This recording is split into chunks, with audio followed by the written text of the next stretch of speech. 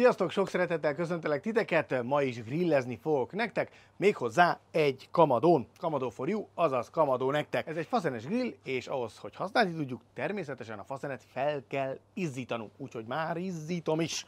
Méghozzá úgy, hogy ezzel a Jedikar segítségével felizzítom pillanatok alatt. A lényeg az, hogy elektromos árammal működik, és a faszénre, vagy a faszénre irányozva, a faszénhez nyomva, percek alatt fel lehet izzítani a faszenet.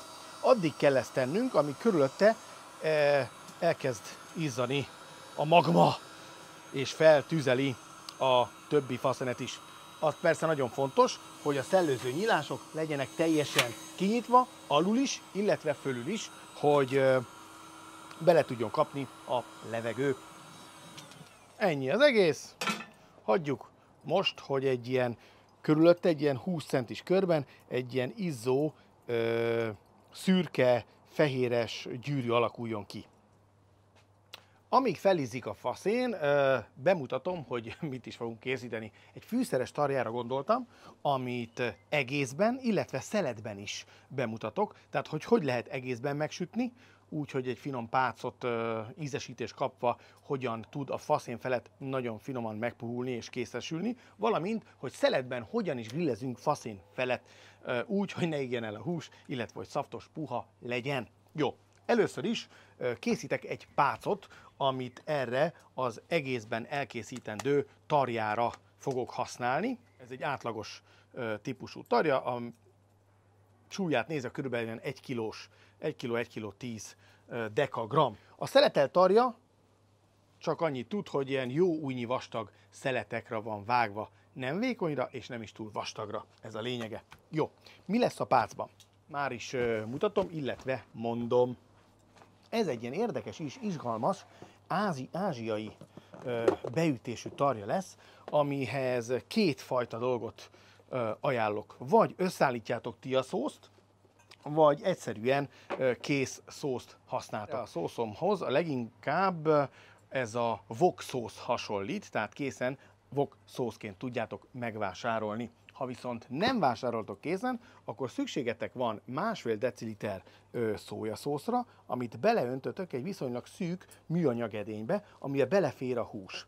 Erre azért van szükség, hogy ellepje teljesen majd a pácolandó folyadék vagy lé az egész húst, és ha ezt ugye nagy edénybe tennénk, akkor nagyon sok szójaszószra lenne szükségünk, így csak 1,5 decire körülbelül. Hozzáadunk 5 evőkanál mézet, egy lime kifacsart levét, körülbelül 3-4 szeletke gyömbért, csak így nagy darabokba, hát ez pont 4 volt, egy félbevágott fokhagymát, így, illetve egy félbevágott vörös hagymát.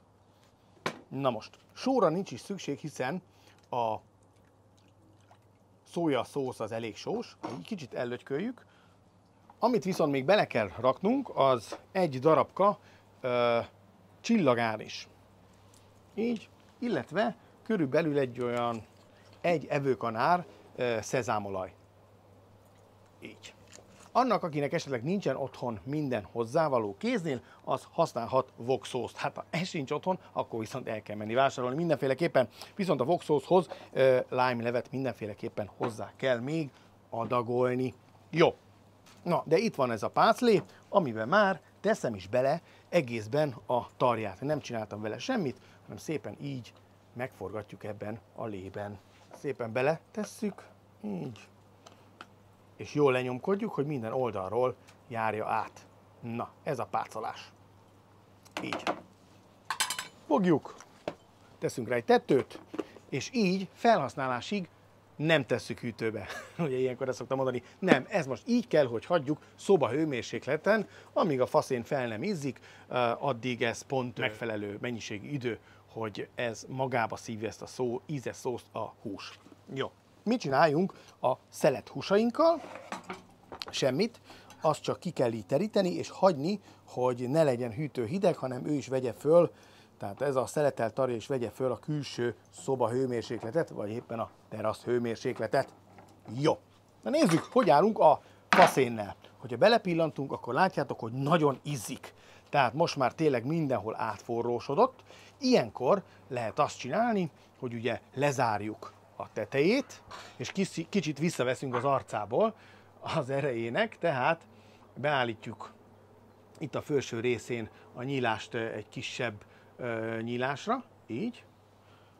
Alul pedig szintén ezt tesszük, hogy a teljes nyílást először ráhúzzuk a védőburkolatot, és a rácsszintet körülbelül félig így visszavesszük. Ezáltal elkezdjük a belső teret is fölhevíteni. Na most a kiegészítők, mármint a köretek, a következők lesznek. Először is grillezek a tarja mellé egy kiegészítőn, ezen a kis lukacsos rácson, ezen, paprikákat. Nagyon egyszerű a sztori, ugyanis a kisebb méretű paprikákból kell vásárolnunk. Ezeknek a belsejét hasonlóan, mint amikor a töltött paprikánál kicsumázzuk a paprikákat, kivesszük, és a helyére teszünk egy kis darabka kolozsvári füstölszalonnát, illetve beletöltjük a lereszelt cheddar sajtot. Jó? És akkor ez egy olyan kiegészítő köret lesz, amit szintén a grillrácson fogunk elkészíteni, ám de ebben a különleges paprika tartóban.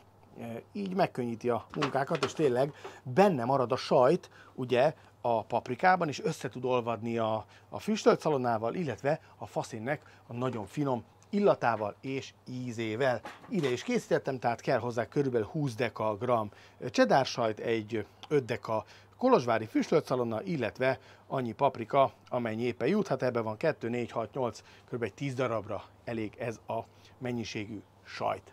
Jó, hát még nincs vége, mert köretnek még fóliás burgonyát is szeretnék készíteni, illetve megmutatni azt, hogy hogyan is készül. Itt vannak a csomagok. Na most tehát ehhez vesztek annyi fóliát, ahány burgonyátok van. Így. Tesztek alulra egy kis olívaolajat, ráteszitek a burgonyát, meglocsoljátok olívaolajjal, a krumpli pedig inkább öreg legyen, mint fiatal. És jön rá, én nagyon szeretem a zöldfűszeres sült krumpli fűszerkeveréket, amit szintén csak így ráhintek. És az a lényeg, hogy felfelé, hogy az olaj és a fűszer rajta maradjon a krumplin, fölhúzzátok. Így. És akkor csináltok ilyen kis csomagokat. Jó! Hát ebből is ide készítettem. Tehát megvan a krumpli, megvan a sajttal, cheddar sajttal töltött paprika, készen van a bepácolt tarja,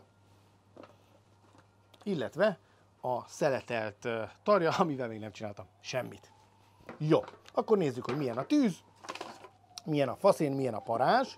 Most már ugye jól fölhevült a faszén, most elkezdjük ugye visszahűteni, még a hőmérséklet benne a kamrában nagy, de ha megnézitek, már nem olyan erős, nem lobog már a láng a faszénnel, hanem viszonylag egy nyugodt parázsal van már dolgunk.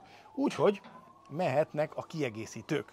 Ilyen lesz az egyik lap, ami van sima, illetve rácsos része, és én most akkor ezt a rácsos fogom ide helyezni. A másik felét pedig kitölthetitek akár sima kerámia lappal, vagy például jelen esetben is egy ilyen fémráccsal. Jó, ezzel a kettőnek a kombinációjával fogom elkészíteni az ételeket. Most megvárom, míg a lap is szépen fölhevül. Folytatódhat a sztori. Méghozzá úgy, hogy elkezdjük az ízesítést. Az ízesítést, ahogy mondtam, fával, kemény fával, minőségi kemény fával lehet megtenni. Számos különböző ízt adó fát lehet kapni egyébként a Kamado4U webshopban is, úgyhogy ha felkeresitek, akkor tudtok kedvetekre válogatni. Én most ezt a hikorit fogom használni. Kemény fákat nagyon szeretem, mert nagyon finom illata van, már mint amikor készül az étel, és nagyon finom illata és íze és színe is lesz a húsnak. Úgyhogy ebből most egy ilyen 3 darabot ide rámérek, és beteszem ide így középre. Ettől kis idő múlva elkezd majd füstölni. Így, mert hogy először a tarját, amit ugye bepácoltunk, egy kis füsttel is szeretném ízesíteni. Jó, tehát fogjuk, és így ahogy van, kivesszük a szószból, nézzétek meg, hogy milyen szépen magába szívta. Kicsit lecsöpögtetjük, és mehet is rá ide a rácsra, így. Jó, most takarjuk le, és mehet a füstízesítés. Körülbelül egy olyan 10 perc elteltével, 10 perc füstölés után, nézzétek még, nagy mű nyomatja a fa, fogjuk és szépen megfordítjuk, így, erről az oldalról is most adunk neki egy kis füstöt. Ez körülbelül még egy olyan 10 perc. Természetesen ilyenkor ez a nagy füst a hozzáadott füstölőfától van, tehát ez szándékos, illetve hogyha kinyitjuk, akkor felcsap a láng, mert hirtelen nagyobb mennyiségű oxigént kap a faszén. Amúgy egyébként nincsen benn most kimondottan nagy tűz. Tehát akkor jöhet most már a hús kezelése, veszünk egy ilyen alumínium tepsit, és szépen a mindkét oldalról megsütött húst most már tepsibe tesszük. Így. Jó. Kivesszük a rácsot.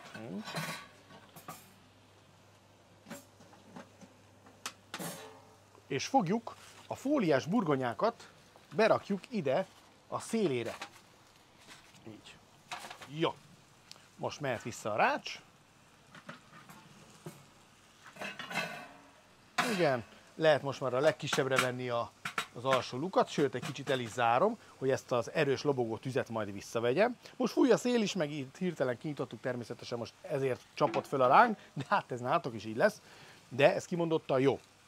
Jó, most áthúzzuk szépen ide a tepsit a krumpli fölé, így, és öntünk hozzá egy kis vizet, illetve abból a pácléből, amiben ugye pácoltuk. Hát ebbe itt vannak a hagymák, ugye ezt mellé tesszük, így. Teszünk mellé körülbelül egy olyan 2 deci vizet, ezzel az elején fog párolódni.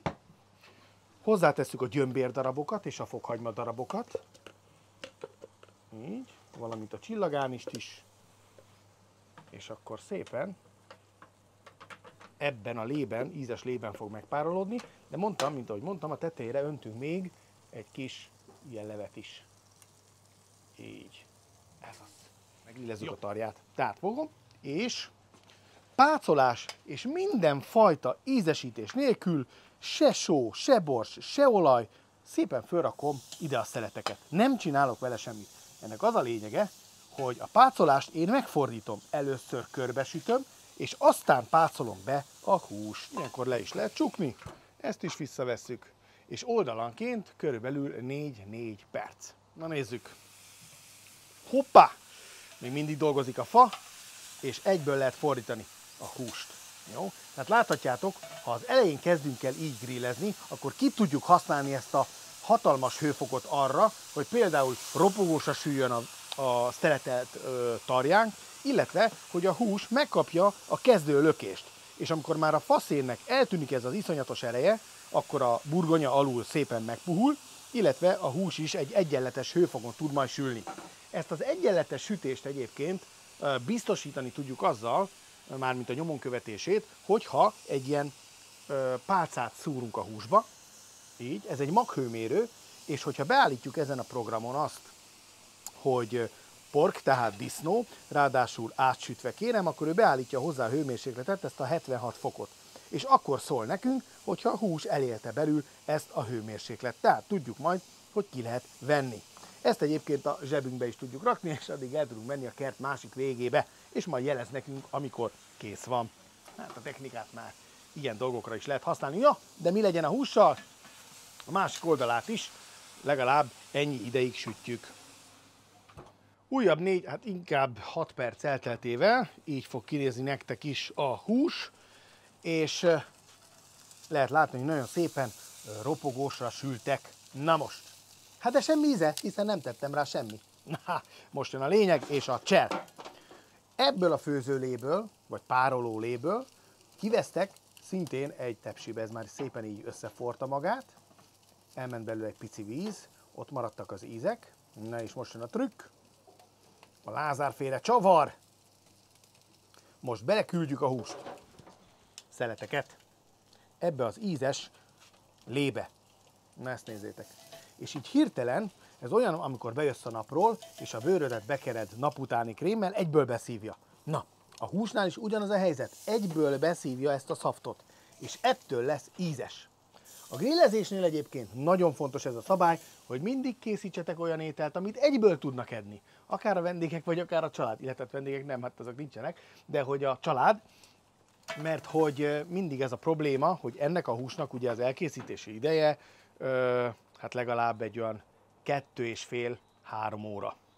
Ezen a 150 és 110 fokon, ahogy majd visszahűl ugye a faszén.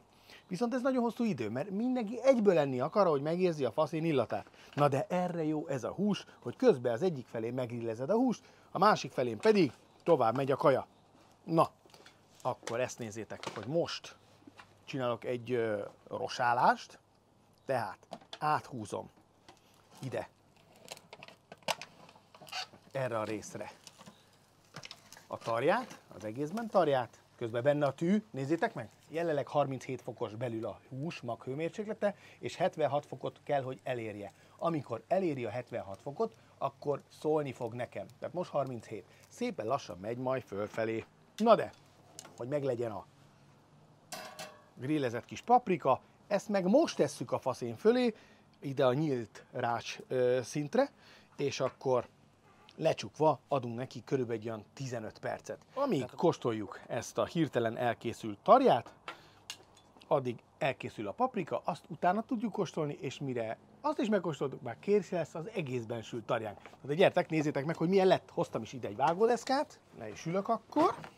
Na, akkor nézzétek, hogy föl is vágom, hogy milyen ez a hús. A puding próbálja az evés. Hát íme, itt van.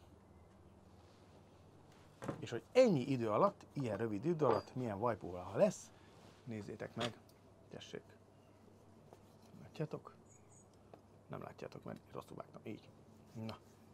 Tele van szaftal, lével, és nagyon finom az íze. Meg az illata is. Mitől? Hogy beletettük ebbe a szójáspázba és magába szívta, valamint használtunk hozzá kemény fát, ami szintén adott neki egy különleges ízt. Hát ez ott van.